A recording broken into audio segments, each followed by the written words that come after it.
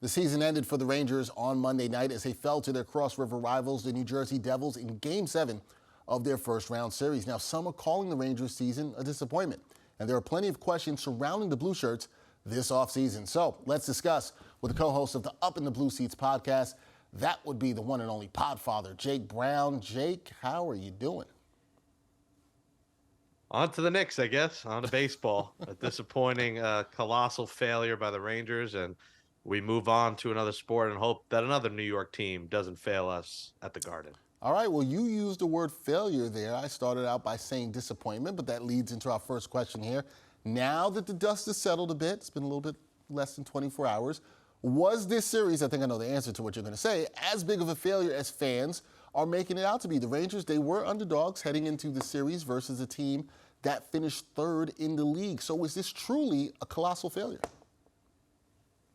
Colossal failure. I know colossal well because I eat a lot of colossal shrimp. It was a failure. This was a disgrace. This is a team that went all in to win a Stanley Cup this year. They traded for Patrick Kane. They traded for Vladimir Tarasenko.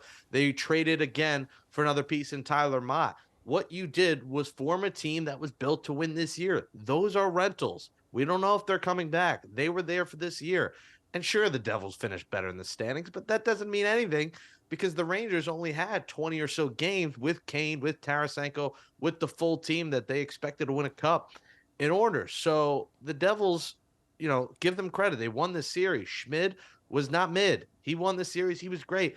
But you lost to a goalie that had 18 career starts. He came in game 3, turned this series around. He's not a Vezina winner like Igor Shesterkin. He's an unknown. And the Rangers were dominated by a team on paper that's just not as good as them. And you could say they were playing with house money.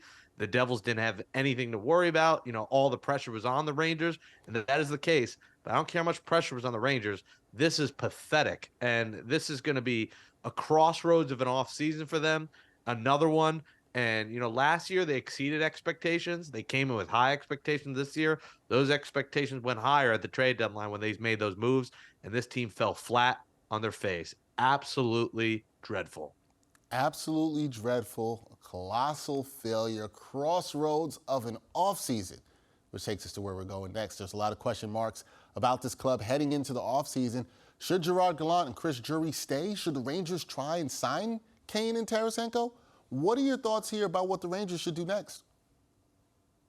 Well, Chris Drury's not going. Listen, he did what he had to do to make this team better. He made those deals, and, he didn't give away a ton in those deals. So it's not like he didn't try to put the best team possible together. So Chris Drury is going nowhere. I think you got to fire Coach Gallant. I think, while his record shows that he's arguably, the most winningest coach in regular season Rangers history, or at least the best winning percentage in regular season history, regular season means jack, you know what. This is a team that has to win a championship or compete for a championship, and they're a first-round exit, and that is pathetic. I think Gallant's got to be fired. He didn't get this team up for this series. He didn't get them up for a Game 7. You lose Game 5 and 7, both in shutout fashion, you can't fire players. You can get rid of players, make some changes, but you can't overhaul an entire roster. You just can't do it. This guy's under contract. Chris Kreider played his heart out. He was the only one that really showed up, it felt like. Igor showed up, but, they didn't really have his back. So you can't change a whole roster. Now, when it comes to the two guys they acquired, Kane's not coming back. They just can't afford him. This team has around $65 million of guys under contract. They got about 20 or so million of cap space left. They're not going to be able to afford these guys. Maybe Tarasenko they could get for a discount to maybe stay for a year. But there is a strong chance both, or, maybe one of them's back, but maybe both are not back. And they're going to have to think about making a big change. Maybe it's a trade. Maybe, you get rid of Lafreniere. He's a restricted free agent. Keandre Miller, you got to do your best to bring back. But there's going to have to be a major change. And that might be a coach firing. It might be a trade.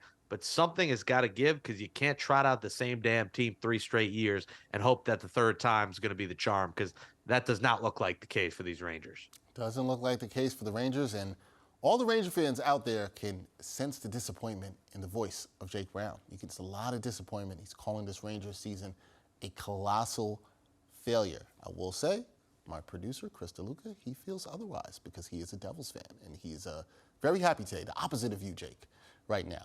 But Jake, we will see what the Rangers do moving forward. That is Jake Brown. He is the co-host of the Up in the Blue Seats podcast. Jake, appreciate your insight. I hope you feel better in terms of your energy moving on to the Knicks and the Mets. I hope things are better for you there and you don't say it's a colossal failure at the end of those seasons. In the words of Stephen A. Smith, orange and blue skies, baby. Orange and blue skies. I hear you. Thank you, Jake. Appreciate it, man. Thanks for having me.